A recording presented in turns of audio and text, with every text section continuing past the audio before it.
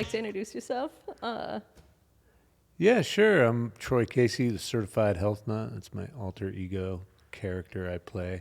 That's not really a character. It's a big part of me, and certified health nut here to get the world healthy. All right. There's one thing I actually want to do. I haven't done it for you. Is I never did I ever tell you I read energy? I think I understand that about you, but I don't think you said it specifically. Yeah, yeah. Are you going to give me an energy reading right now? Yeah. So I wanted to like surprise you. I was like, I'm just not going to tell him. I was debating. I was like, do I do it before? Do I do it after? And I was like, we'll do it on here. And if you don't want to, we won't. I'm an open book. I mean, and the esoteric kind of floats my boat, so we might as well go for it. All right. Well, then I'll get into it. All right. You have a lot going on, mentally, physically, energetically. You keep like a calm exterior, but it's kind of like wild chaos. A lot of like wild, feminine energy. You actually have a lot in your field. But you work a lot with chaos energy. That's how you and I connect constantly. It's because we both operate in that, like, it doesn't make sense to anyone. Because if you try to make sense of it, the moment you do, you're done, like, because it doesn't make sense. And so you operate in that field, and that's a lot of times, you feel people misconstrue a lot of what you're saying, and it actually is that chaos energy being reflected back to you by others.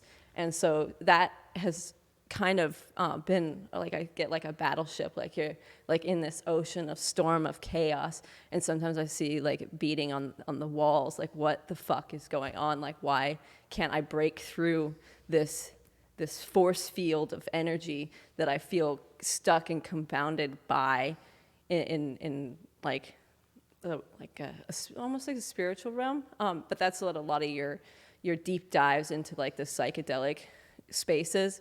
You're really trying to see how to break through and to break in and to break out of the mind, but also to understand it on a deep intrinsic level. So part of you, like your persona of being this like out there kind of individual, is for you to understand how to be out there but here simultaneously at the same time, and make sense of it, and like to actually tell people and have them understand and connect with you in a deep empathic way. How was that? Yeah, I mean that hits the nail on the head. That's pretty good there, Yeah? Samantha. I didn't know you had it in you. I can keep going, but Yeah, sure, go. Yeah, I mean, yeah. you might as well let it rip. I mean, esoteric is great. Half the time I do podcasts and it's pretty surface. So if you want to go deep and help me understand, my own energetic template, I'm happy to explore that. All right, yeah. Well, one of the things with me is a lot of energy people, they don't ask permission before they get into people's fields, and I see that as kind of like energetic rape. And like, I won't go to places that you're not comfortable going unless you and I like agree that we're both comfortable going there. And so that I've learned that the hard way, because I had one shaman like push me into it. I was like, I don't want to go there. And I was like, oh, this is like rape. And I was actually dating a guy that his name was Clark. I love you. But he stopped me from doing energy work on him in his heart space. And I remember wanting to push through that, and all parts of me like wanting to push through that on him. And I honored and respected that. And then I had someone try to do it to me, and I was like, thank God I didn't force myself upon him, because I was like, he was uncomfortable. And I was trying, because I thought I knew better, I was trying to like, you gotta go into your heart space, bro. And I was like trying to manhandle him and force him. But you kind of do the same thing. That's why it's coming up.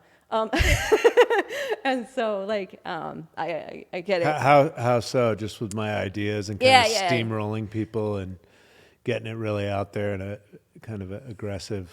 Yeah. I'm aggressive, and it's great. It's just what you're trying to learn how to do is to be aggressive, to push, but also to know when to allow. Like, and it's like it's a balancing act of the masculine and the feminine energy, because you have a heavy feminine energy, which is chaos energy, which is, people used to say black magic, but that's actually like feminine. It's just, it can be scary because there's no bounds, right? And it's like, if you don't have your self grounded and your character in line, that stuff can come back to you in all sorts of really wild, interesting ways. I know personally because like my accident, breaking all my limbs, stuff like that was definitely my past coming back to meet me, because I was operating in ways that were unhealthy, and so, boom, got smacked, literally rock bottom, and got my attention. But yeah, I see you trying to navigate balancing that stuff, but also to be pointed and direct so that you make your point in a very clear way. You're actually as open as you are. You're wildly guarded deep down. You've experienced a tremendous amount of pain and heartache. Like when it comes up, I have a hard time speaking about that. You usually don't talk too much about that kind of stuff. You keep it more focused on the health and wellness versus your own interpersonal, deeper relationship stories with your loved ones, family members, your fathers. That's an intense relationship. I don't know, and so like that kind of stuff, which is great. But you avoid it in a way. You've told yourself that you've looked at it, but there's still an integration process coming along with that kind of stuff. I see the ibogaine coming up as something that was really important to processing those two different energies, because your mom and your father represent those energies inside of you, and balancing out and understanding the experience of it versus the lesson of it. It's like people talk about life as in lessons, and I see life as experience. And what you want to take from that is your decision and your choice, and shifting that perspective versus, oh, these are all our lessons. It's like, no, these are all our experiences. What do you want from them? What are you going to do with it? That's the chaos. That's the feminine. That's the birthing of something different, something new. And I see that as something that you're intrinsically working very hard on in yourself internally, because you understand that it's an internal process. It is versus, but you can use the external, because the external is actually the internal simultaneously. But that's another story. What else? Your kids are coming up. Your daughter, I love her to death. So I miss that face. Both your kids, Troy and Athena, there's a tension and pain around these relationships. You don't currently like where it's at, and you would like it to be different, but you're torn, because there's things that you want to do because you're really focused on like, because you see the state of the world. The state of the world is yucky, like, and you know that you have power to do stuff, but you also want to balance that stuff, but you feel like sometimes that you've failed in some intrinsic deep way, and this goes back to your own upbringing, and you don't want to reenact that same thing, but sometimes you do see the juxtaposition of the two.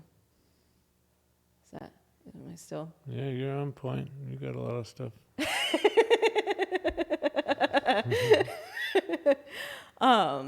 So yeah, you just don't need to talk. I'll just read your mind the whole time. Yeah, man. All right. I'm down. Look, it's all entertainment anyways at the end of the day. And you're pretty on point, so I'm open to hearing whatever you have to say. I'm processing a lot of stuff. I did that ibogaine a couple of weeks ago, and some deep processes.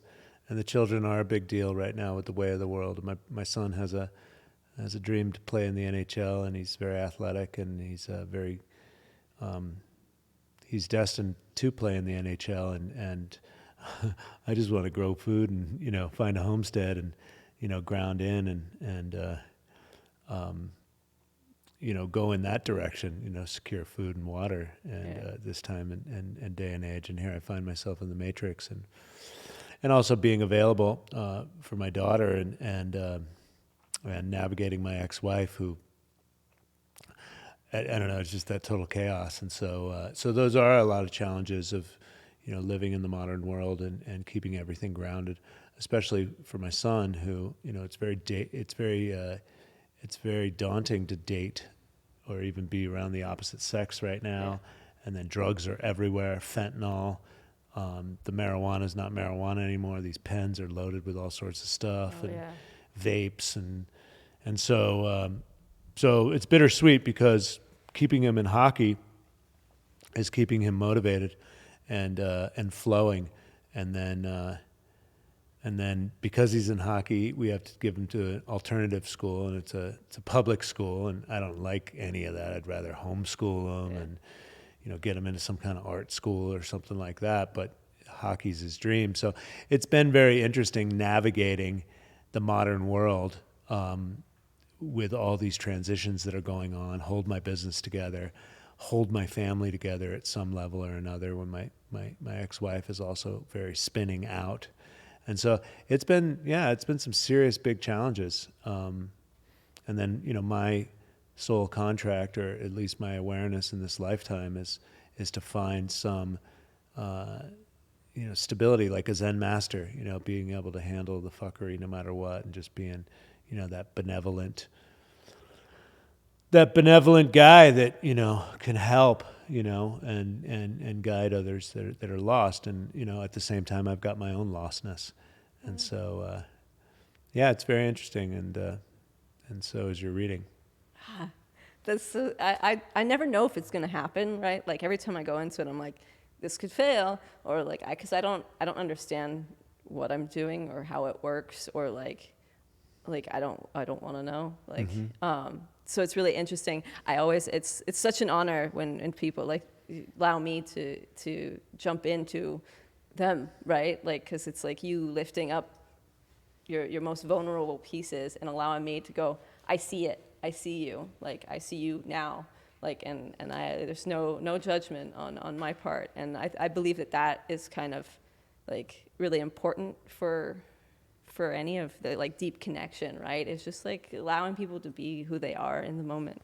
And I definitely, that was part of that ayahuasca experience for me, was that like I saw everything and was just like excited about it, and then all of a sudden it turned into like my worst nightmare. And so I'm trying to now navigate turning my worst nightmare back into like a dream come true, right? And so it's kind of like you, it's like trying to balance out that chaos with that like direct, like how do I help and show up for people in a way that like is in a loving manner where I can also be myself, and not like this thing that I need to create in order to be, I guess we're all doing that, but like just easy, versus where I was making my whole life very, very, very, very, very, very difficult on like the regular basis. Yeah, I mean, I think we all go through that at one level or another, and this, leads me back to what you brought up, is the vulnerability, and we're so conditioned, or in this hustle, grind, facade society that we live in. You have to put on this fake face that we have it all together, and especially here in LA and some of the more affluent cities and circles of influence, et cetera, celebrity. It's this whole facade that we have it all together, but human beings are extremely vulnerable, and that's what I witnessed inside my iboga journey when I was in Mexico a couple of weeks ago. That we're born, we all are born, and then we live, and then we die, and there's a lot of death and destruction on this planet. There's the Genghis Khan, the Hitler, the Stalin, the Mao. These types of things that have happened in medieval times, chopping people's heads off, the guillotine, lynchings. Like I saw the darkness, in my iboga experience, and also being monitored and on EKG and understanding this medical treatment for addiction. I was there doing journalism for them, and going through this experience myself. And the visions that I had was basically an 8-hour walk through hell. And we are vulnerable as a species, as a spiritual entity. Well, just as a physical structure, I mean, if we get cut open, the blood pressure can drop, and you can lose consciousness. You can die, right? You could bleed to death. And just being cut open, it's not that hard. So it's funny enough, we go throughout life and we don't get cut open that much, although it happens, car accidents and stuff like that. But the fact of the matter is we're pretty vulnerable. And then when you look at the history of human beings and the way we've warred, especially in the 20th century or since the dawn of the Industrial Revolution, there is a lot of death and destruction. And this is part of life. We live in a dualistic paradox. But it's funny just living in society and affluent communities in Paris, Milan, Miami, New York, Los Angeles. We have this facade, and I was a fashion model as well, and it's all like everything's okay. And then the biggest designer that I worked for, Gianni Versace, look what happened to him, right? Did he get shot? He was murdered right in front of his home in Miami Beach, where my agent, he helped him buy that property. And so, and not to bring, just the negativity and the death and destruction to the forefront, but I think too often we act like Pollyanna and we hide from the negativity. And we've got, so much imbalances in the world. Part of my mission is to bring more balance, not to get rid of the darkness, and not to just bring light to it either, but bring more balance to life and be grateful for ultimately, what we have, without having to drop bombs on other cultures and people for their natural resources so that our phones work and that we can have gasoline in our vehicles. This is a big part of my work, working in the Amazon. I realized our potential demise. We're whacking down the rainforest for oil exploration. And then, when I started imagining that and being on the ayahuasca in the middle of the jungle, I heard a plane going over, and I wondered how many, is that 40,000 feet, 50,000 feet? Because not a lot of planes go over the middle of the Amazon. And then I started thinking about the war in Iraq. This was 2006.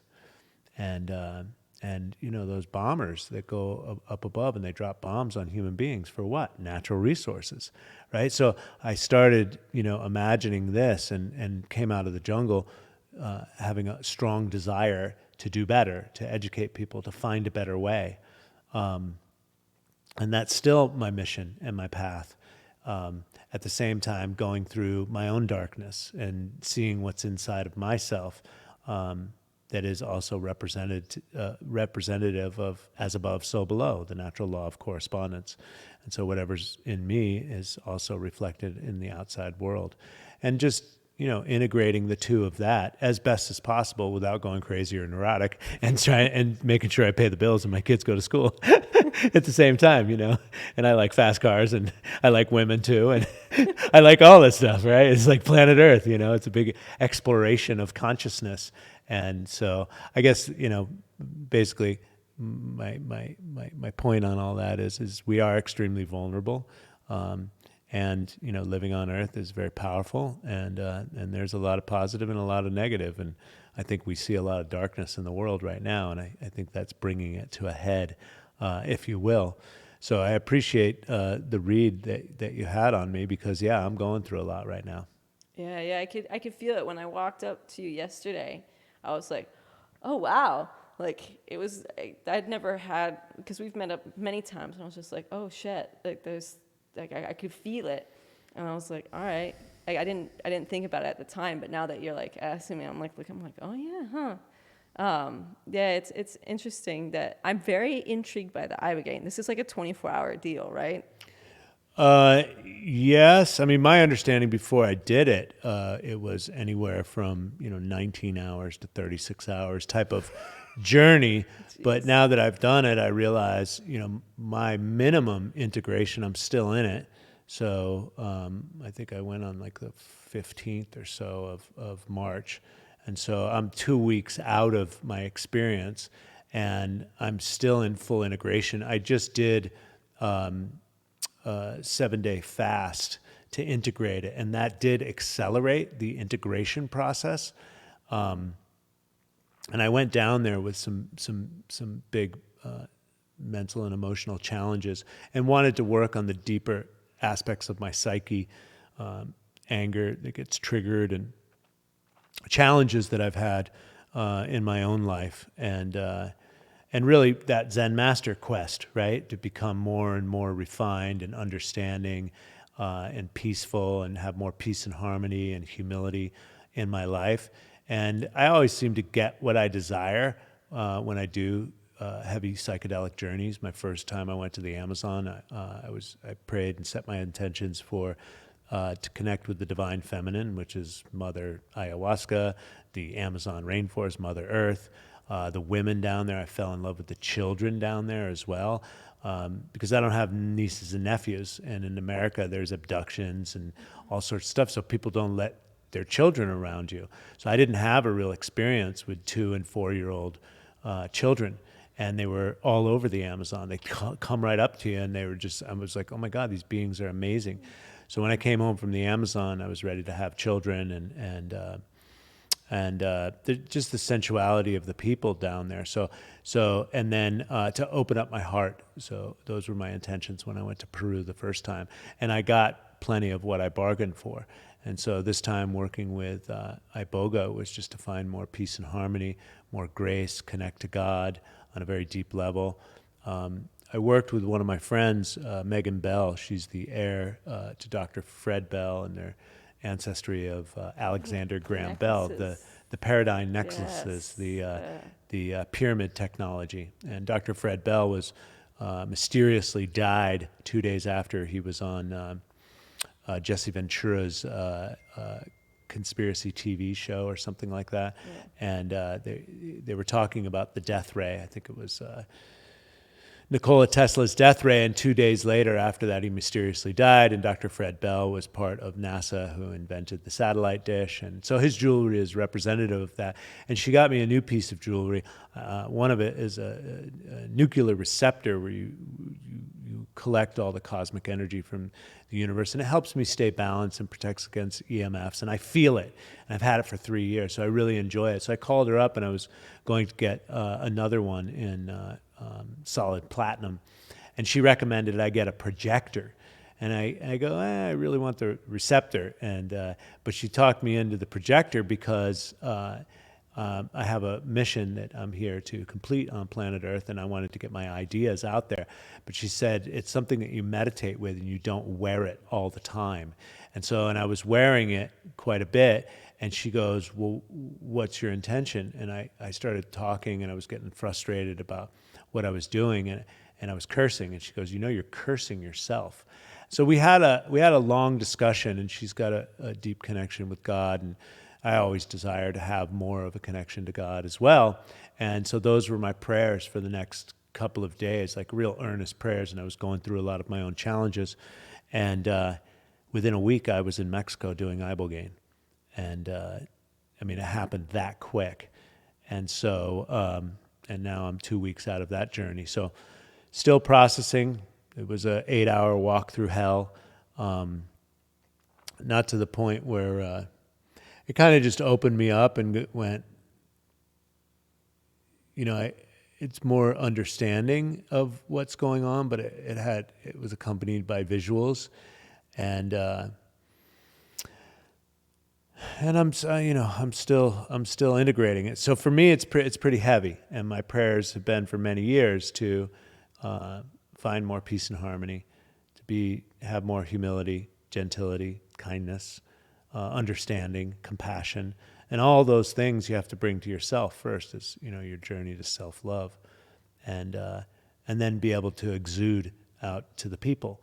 And I talk to a lot of people every day, and so and I put out a lot of content, and so I can only pray that my integration and my healing can offer solace to other people that are out there, doing the same work, or maybe they're not doing the same work, and maybe it inspires them to be different. Yeah. And then I always go back to the Stanley Milgram, experiment from the CIA at Stanford in the 60s, I think. 67% of the people will kill you if an authority figure tells you so. And you saw that with coronavirus and all the lab coats and follow the science and wear a mask and get vaccinated and all this bullshit. And so I think it's up to, someone that has more guidance and understanding that can guide us to it and help those 67% of the people, do the right thing as leadership, because they will be happy to kill you if that's the leadership and authority that is told to them to do. So I feel like I have a big job without being, an ego trip, but yeah, because I live in this world and so do my kids, and I'd rather have them, feeling good and being grateful and experiencing love instead of hellfire. Yeah, no, you've always been an inspiration to me. I remember my ex, Dave. He's the reason that I met you, because he liked you and like watched your videos, and I was like, I like this guy. Like, he just speaks his mind and tells it like it is, and is like determined to share information. And it was such an inspiration. I remember the day I met you was actually at Equinox. You gave a talk there. And yeah, you all went to Erewhon, you, Ra, and Seema. And I was like, I like them. Like, I got to get to know them more. And it was just, that drive, that energy that, you work on. Like, I sensed it from there, and just was like, oh, I really appreciate you as an individual and what you're doing, because it's daunting. Like, it's a huge problem, like the world, the state that it's in, the environment and everything. So to like look at it and go, yeah, I think I could help. Like, like anybody who's willing to put that forward is like, oh wow, like that's a tenacious, like, is the word that comes up. And so, it inspired me to start taking more action in my life and developing like healthier relationships.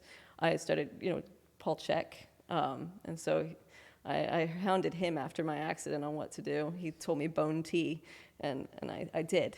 I had no idea there was tea to heal bones, but he's been... Is it herbal formula? Yeah, it's just there's literally a tea that helps for building bones. That was like, I just remember when he sent me the text, I was like, this is a joke. Like, a tea, bones, really? And I did, and that was extremely beneficial. But a lot of his stuff has been wildly beneficial for my own development, and I know that he's a huge influence for... He's my mentor, Yeah. and he's definitely helped me on many, many levels. It took me 7 years to put all his work together with nutrition, and I had a lot of information and study in nutrition, fasting, herbalism, but to put it together with physical strength, core strength, breathing mechanics, it took me about 7 years of studying his materials and integrating it into my life. Yeah. I put it all in my book, and he wrote the foreword to my book. And I'm standing on a Swiss ball, which is his huge legacy that he's left. He's, top strength and conditioning coach in the world. He's a beast, like on all levels, like esoterically, physically, like he's a monster, in the best kind of way. Have you gone down to some of his new classes that he has? Because he basically set up his life for his dream. And he's got a big 15-acre compound down there. And now he gets to teach kind of art therapy, rock stacking. He actually just taught program design for weightlifters and trainers and stuff for the first time in 10 years. And he has the facility.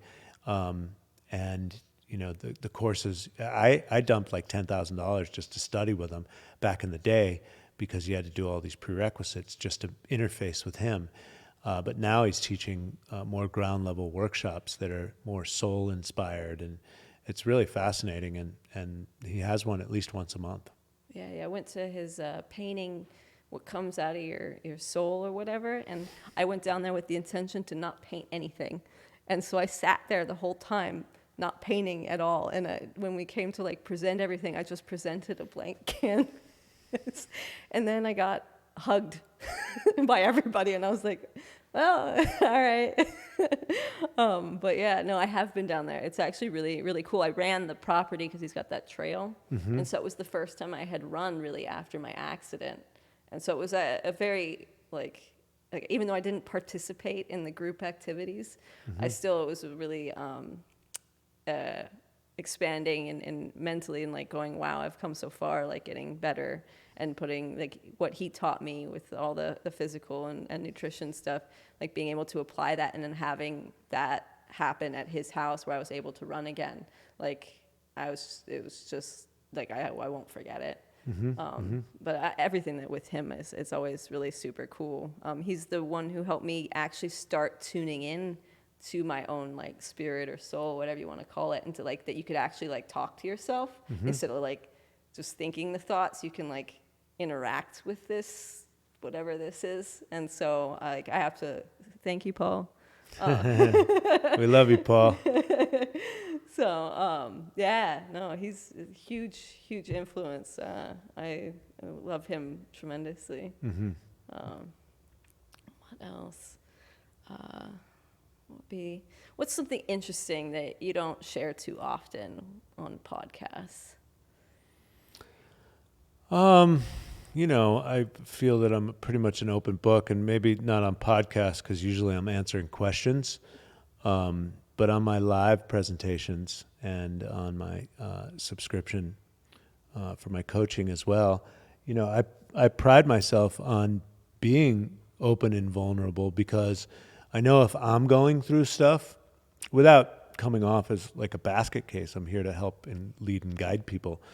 But being honest about my deeper emotions or the challenges that I'm going through, I do believe is a way to be a guide and help other people because we all have challenges. And so, I don't hide that much, I went through coronavirus recently and I like to stay as sober as possible, mostly in my life, including, caffeine, porn, all that stuff. I like to stay very clean. And I picked up during the lockdowns, I had some success in my business and I love tobacco, and here I am, a health guy, and I love the spirit of tobacco. It's very grounding. The purpose of it is to clear negative energy and ground you to the earth. I think it's the shaman's ally. But obviously smoking it and chucking tar down your neck and, that can build up in your tissues. And so during lockdown, and marijuana kind of makes me a little dull, but I had just got back with my ex-wife and my family was together and, the men-women relationships and my own temperament, I just used a little bit of marijuana to calm down and stay calm. And, that got a little out of control. And so after 3 years, I was able to cycle off of it, recently. I don't share that so much with people. I share it from here and there. I just don't broadcast it. And people ask me about marijuana all the time. And, I think it's best to stay as clean and clear as you possibly can. And these are addictive substances. So I'm not a huge advocate. It's like psychedelics.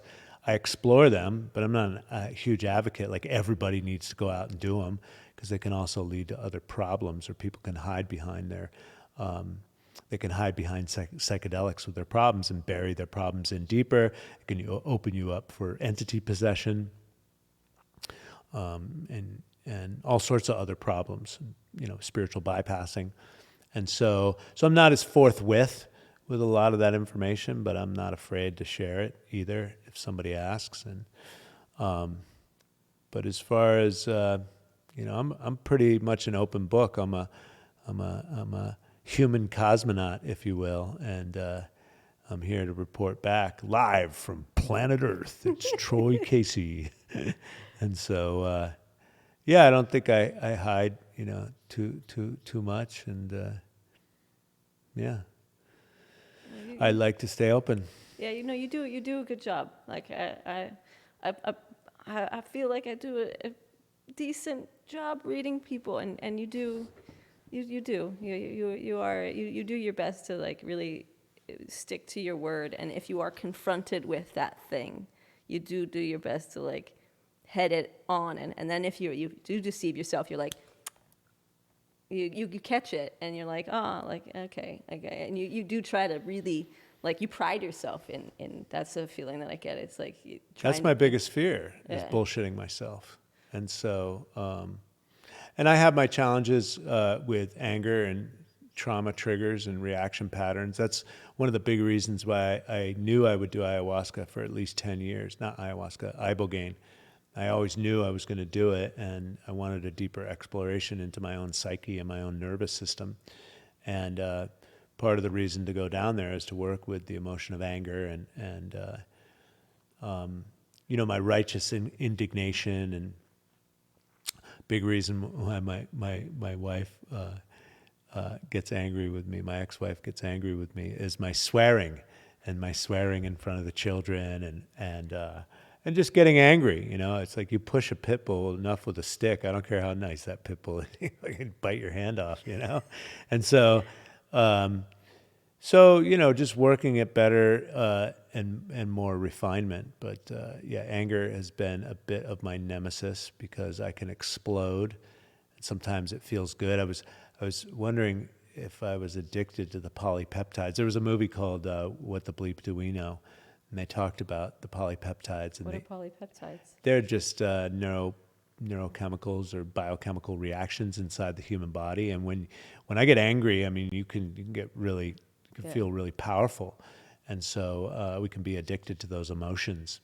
And so, again, without reading too much into it and labeling it, I just think that there is a component of that. And I choose more refinement. I have noticed, I mean, I've sat 11 Vipassana courses, 110 days in silence, and I did a bunch of ayahuasca and 5-MeO DMT to really refine my own nervous system.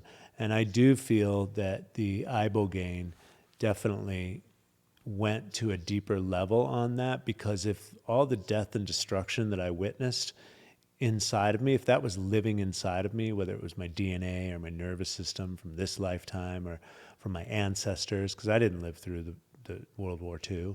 I didn't live through Genghis Khan consciously this lifetime around, right? But obviously that stuff was inside of me. And so, and grating on my nervous system, because I can go from 0 to 100%, in a blink of an eye if I get triggered, and sometimes it is righteously mandated, and sometimes it's maybe completely out of balance, right? And so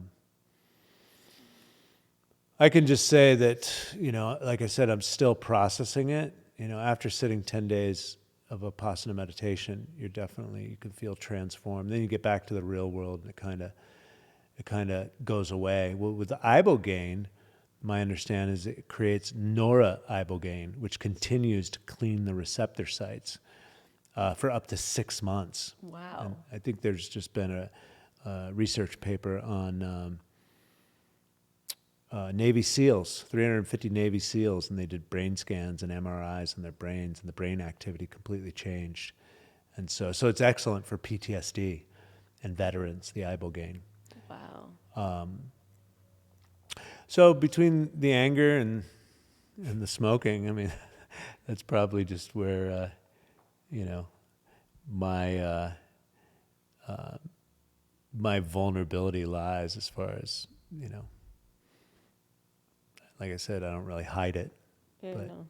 but I don't sit there and roll it out as my premier, talk every day. I also don't want to be, just a complete victim and just be whining and crying about stuff. I like to have fun. I like to crack jokes, and keep it light and, help people move beyond their own stuckness. Yeah. Well, that's the stuckness. That's like looking at myself like that. That's a word. And it can be so debilitating when you feel stuck in that, because it's like your foot you're like, I'm moving forward, and then you're like, I'm still in the same spot. Right. That's the insanity. Yeah.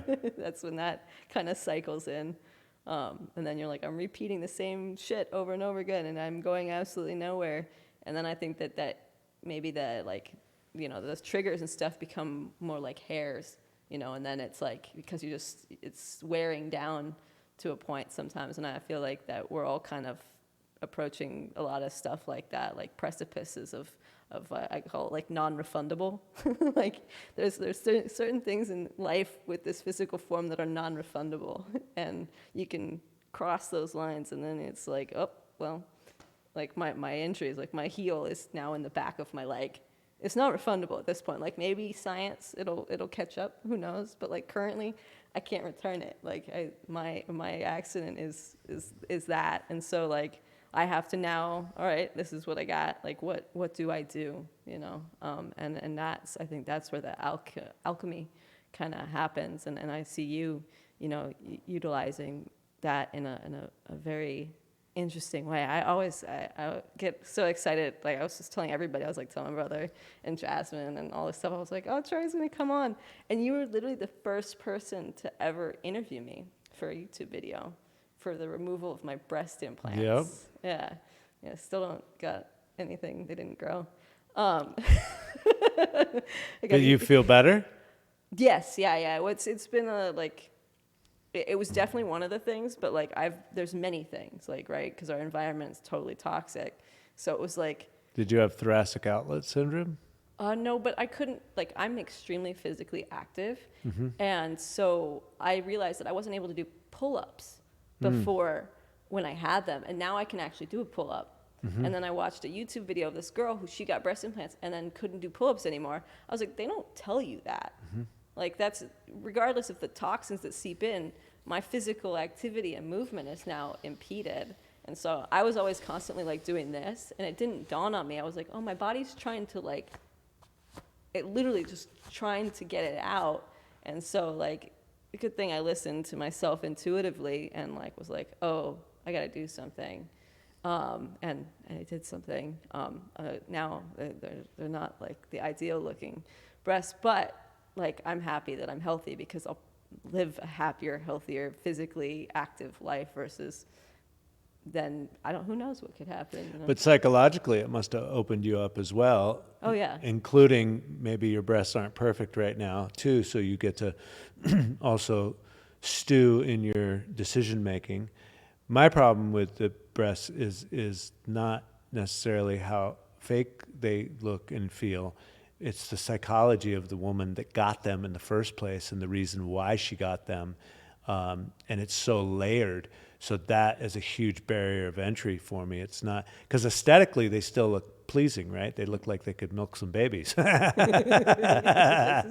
So aesthetically, I'm like, and they always seem to dress them up in like nice tight sweaters. And I live in Scottsdale, Arizona. Show them off. Oh my God, I live in Scottsdale, and it's like, from steroids and hormones to boob jobs and lip jobs and wrestling and Botox, and so they still look, somewhat appealing, and but it's the psychological aspect that doesn't allow me to go any further in having a conversation. And I love women, but that level of psychological barrier is just like.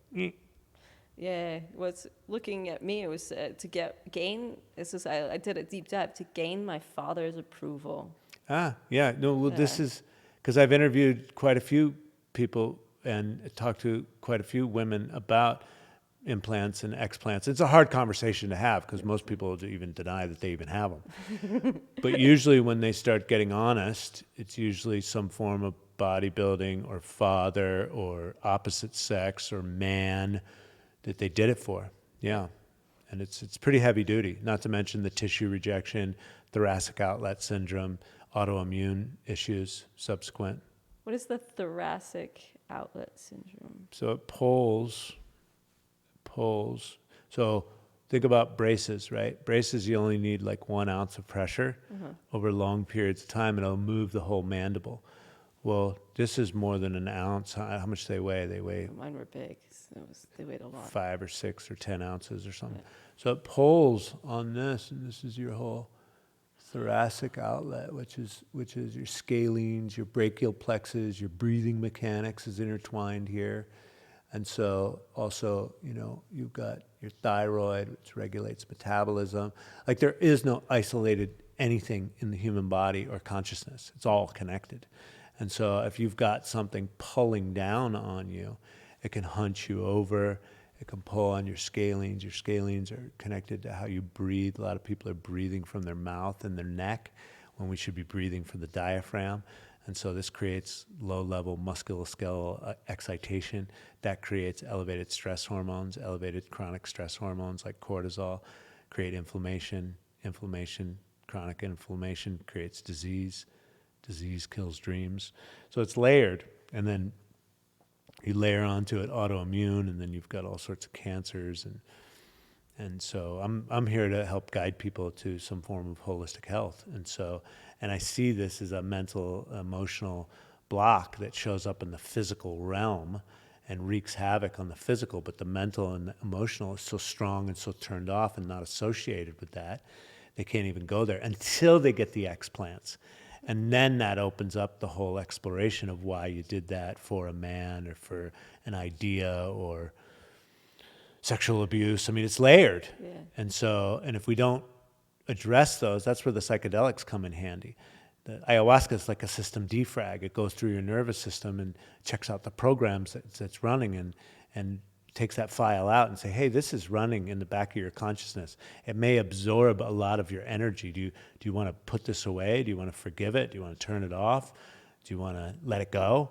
And so, because those can be our drivers. Those can be our energy suckers. Yeah, definitely. It's funny that you say that with the ayahuasca one. My experience was like basically being confronted with failure, like the ultimate failure, like that I failed the entire universe, like, and it was all my fault. And like looking at it, I was like, oh shit, like that's like the worst nightmare. Like, that was operating, right? And so it's like, looking at my life, it's like, no wonder I was so self-destructive. I was literally creating that reality, killing all my dreams, killing my life, killing those around me, because we're all connected, right? So like energetically, you're gonna feel my pain and all that stuff. So I'm gonna bring you with me into that by just being me. And so like ayahuasca like took me on that dive, but the current state I was in such a reactive place. And I also know that I can create my world how I want, that it just kind of all came to a point, and like it was perfect, but I got to that non-refundable where I had to sit with myself like for 83 days in a hospital bed, not moving, almost died again while I was in it, but that's another story. And so, yeah, I believe that those things are extremely powerful, right? But I'm like the worst, best case scenario. Like, I'm literally the worst case because what happened, but I'm also the best case because I learned so much from it and have grown so much, and even though I definitely have my shit, like I'm able to put some of it together and like be like where I can be crazy but also like grounded and like share information and share my wild stories of being like me and seeing the beauty in the suffering and being able to share those things and allowing for connection from that painful place. That's probably one of the reasons we've connected so much, is like the feelings are mutual. Yeah. It's that deep exploration into the pain instead of acting like everything's all right. Yeah, we could do that. It doesn't go well for very long though. Yeah, the Ferrari doesn't work forever. You can try. You can run it into the ground. I've done that. Don't replace any fluids, except it'll run out of gas before anything if you decide not to do that, and then it's pointless. Right. Well, then it doesn't work. So yeah. Is there anything else you'd like to share? My dream is still to raise human consciousness and change all systems. And so it's education, farming, commerce, media, energy, everything's up for change. And so I continue to work. The first part of that is to raise the consciousness. It's kind of a symbiotic relationship. We can't really change the systems until people are ready to accept them. And at the same time, the systems still do need revamping. We need innovation. I like what Nikola Tesla was up to with free energy, and continue to call that forth. No different from the Wright brothers wanting to fly like an eagle. Bringing those ideas. Steve Jobs, not an engineer, not a designer, but changed the world with handheld computers. And so I do believe whatever the mind can conceive and believe, we can achieve. And so, working with other visionaries and other people that are into regenerative farming. I mean, it's already coming to the forefront. And as your producer said, health and wellness is still becoming extremely popular. And so, like, what else is left? Like, you know, we've been to the moon, we got Ferraris, and we got all video games, we got electric cars now. Okay, well, what else? All right, let's take it to the next level. And so, and I believe that the human mind is the final frontier as far as the battlefield. And they're coming after the children with all the ideas right now. And so I believe that if you flip that yin yang coin over, you can pump positive messages through the conduits of the media. And I think that's being done in social media right now. And so I'm an eternal optimist, even though I can be a fatalist sometimes. Or somebody told me it was the word nihilist. I can be pretty negative too, but I just have to keep coming back. That how do you? It's like the shoot of grass coming through the concrete. How do you wake up a human being? Well, you oppress the shit out of them. And the United States of America is the last vestiges of any freedom on this planet. So I truly believe it's up to us. We're the only civilization to ever write our God-given rights down on a piece of paper. And so I feel that it's a huge responsibility for Americans, for myself and my colleagues and friends in this world. And I call forth cooperation with others right now because, we actually have these tools. We do have some form of freedom right now. We can move at will. But as you saw in the last couple of years with the lockdowns and stuff like that, it's like we have to keep exercising that. Otherwise, taking away the guns and the Mao Zedong and the Stalins and the Hitlers, this was all, Hitler propaganda ran on tolerance to begin with. Remember that? If you study history, they had altruistic concepts, right? Until they became a complete boot stomp in your face. That's how you break a horse, right? You go, oh man, I'm gentle. I'm just gonna slowly ease this into you, and then you get the guy with the giant spiky spurs and the whips, and you don't see it coming, right? Because you're like, oh, they're being cool, like we're working together, we're doing this thing, and then it's like, oh, whoa, what did I sign up for? And then you're in it, and you don't know how. Like, it's the blinders, you can't, didn't see it. Wow, that's a great analogy. Yeah. Yeah, so as human beings, got to watch it. Yeah, we'll be broken. We got work to do. Unless you want to be broken. I choose to be free, right? And explore creativity. You got artwork behind you. I believe that human beings are extremely creative. We can make artificial intelligence our whipping boy instead of becoming slaves to it. We can get technology to work for us, and then we can dream the impossible dream, creative. What can we do with our creative minds? We'll already look at Manifest Destiny. Anything that is not nature was created in the mind of man first. And so you can't have in your hand what you don't have in the mind first. And I see peace on earth. I see regenerative farming. I see free energy. I see the gift economy. What do we need money for? We can express ourselves. And everyone has their unique gifts. Not everybody's got to stick their square peg in a round hole. And some people, I've talked to a lot of people about the gift economy and the Ubuntu movement. Some people like being of service, working on high wires and doing man stuff, right? Digging ditches and plumbing and building and constructing. And some people love that, right? Yeah. Not everybody's got to be a slave, right? And some people like serving. My mother is a worker bee, and she works for a company out in Hawaii. She's been doing that for like 25 years, and they love her, and they take care of her in so many ways, and she runs their whole business, and she works of service, and that's noble, right? Me, I'm a creator. I can't really work for anybody else. I have to kind of do my own thing, and that's all I want to do is paint on the canvas of life. Video is my main medium. And so, and I do believe that, look, some people like to cook food. Some people like to grow food. Some people like to eat food, right? There's television shows with guys that like to eat all these weirdo different foods. And so some people like to take care of children. Some people like to teach children. Some people like to make babies, like myself, right? And so everyone has their unique je ne sais quoi and their gift to give. We're all children of God with tremendous gifts.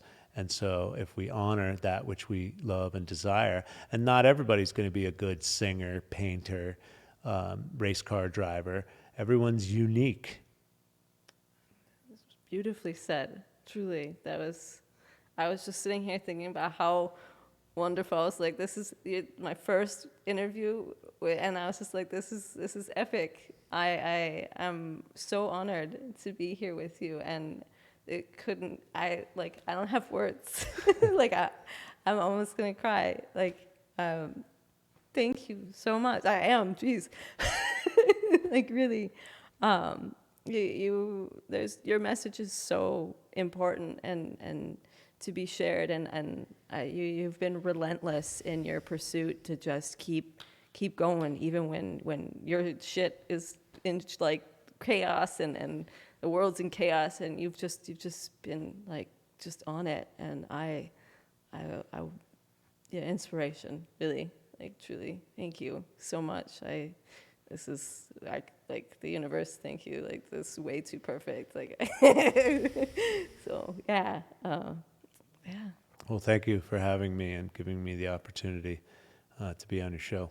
Yeah. Oh, this is wow. Yeah. All right. That's we're good. Yeah. That's a wrap, baby. That's a wrap. Woo! Thank you, Troy. How long was that? I have no idea.